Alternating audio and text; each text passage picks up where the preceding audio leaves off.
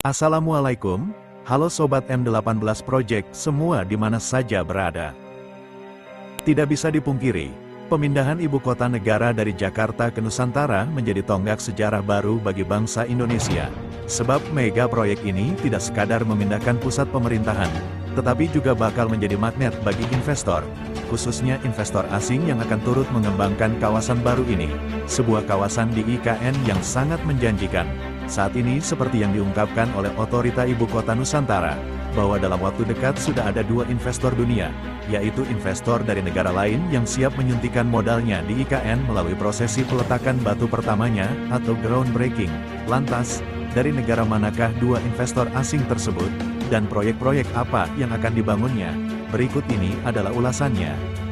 Seperti yang dilansir dari laman investor.id, Wakil Menteri Agraria dan Tata Ruang, atau Wakil Kepala Badan Pertanahan Nasional, ATR BPN, yang sekaligus PLT Wakil Kepala Otorita Ibu Kota Nusantara, Raja Juli Antoni mengungkapkan, bahwa ada 2 investor asing yang siap groundbreaking di IKN.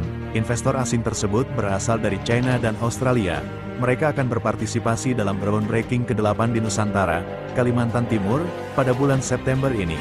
Kemudian Raja Juli Antoni menjelaskan, dalam seremoni groundbreaking ke-8 tersebut, akan diikuti oleh 6-8 investor yang 2 diantaranya berasal dari luar negeri.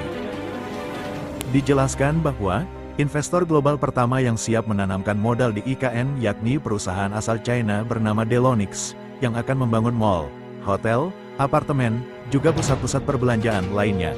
Total investasi perusahaan China tersebut sekitar 500 miliar rupiah.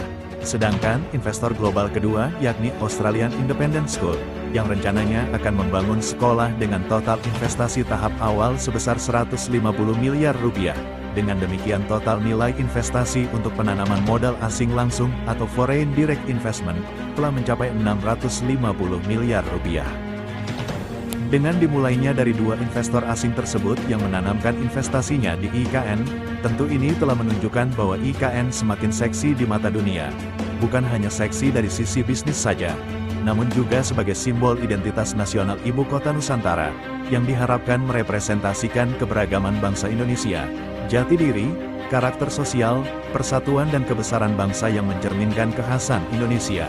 Karena IKN sebagai kota dunia untuk semua, IKN Nusantara divisikan menjadi kota dunia yang berkelanjutan, smart, green, dan blue, dalam kaitan sebagai penggerak ekonomi Indonesia di masa depan. Maka IKN diupayakan untuk menjadi kota yang progresif, inovatif dan kompetitif dalam aspek teknologi, arsitektur, tata kota dan sosial dengan strategi ekonomi superhub.